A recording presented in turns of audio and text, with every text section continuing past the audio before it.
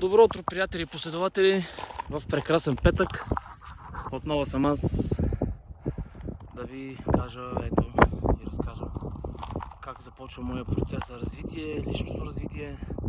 Ставам всяка сутрин около 7 и малко, пия си една топла вода на празен стомах с една суплена лъжица артишок, лимон, прясно изцеден, мед и разбира се едно кафенце. След това 20-30 минути съм на кардио в горичката, ето там до мене.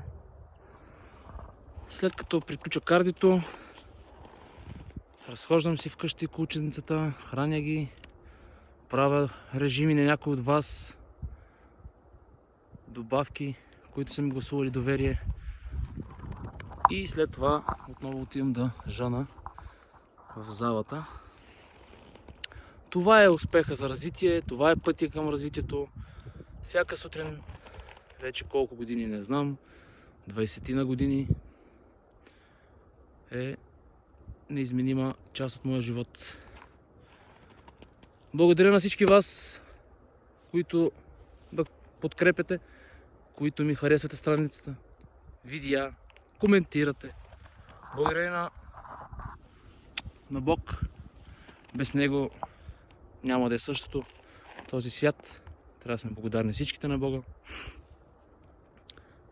Бъдете по-добри хора, по-смирени, помагайте си един на друг. Всичко друго е фалш, повярвайте ми. Хубав ден от мене, благодаря за вниманието. Бъдете здрави и имайте хубав уикенд. Чао от мен.